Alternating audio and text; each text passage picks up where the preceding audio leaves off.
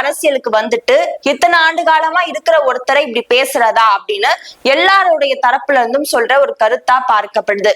விஜய் அவர்கள் வெறும் திமுகவை மட்டும் சீண்டல, அதிமுக, பாஜக இந்த ரெண்டு கட்சிகளையும் ரொம்ப தீவிரமா சீண்டிதான் பேசியிருக்காரு. அதிமுகவை எம்ஜிஆர் அவர்கள் தான் தோற்றுவித்தாரு. ஆனா இப்ப அந்த கட்சியை யார் கட்டி காப்பாத்துறது, யார் அந்த கட்சியுடைய தலைவர் அப்படின்ற மாதிரி அதிமுகவை கேட்டிருப்பாரு.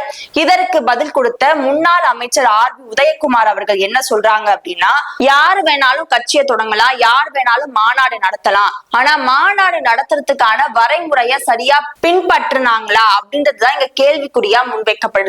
எங்களை பொறுத்த வரைக்கும் அதிமுகவை எங்களுடைய தலைவர் இபிஎஸ் அண்ணா ரொம்ப நல்லா வழி நடத்திட்டு வராரு அப்படின்னு சொல்லியிருக்காரு.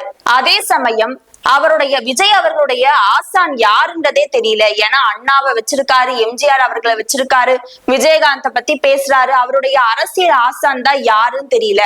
அவருக்கு ஸ்கிரிப்டா கொடுத்திருப்பாங்க போல, அதை படிச்சிருக்காரு அப்படின்ற ஒரு கருத்தை ஆர்.பி. உதயகுமார் அவர்கள் பதிவு செஞ்சிருப்பாரு.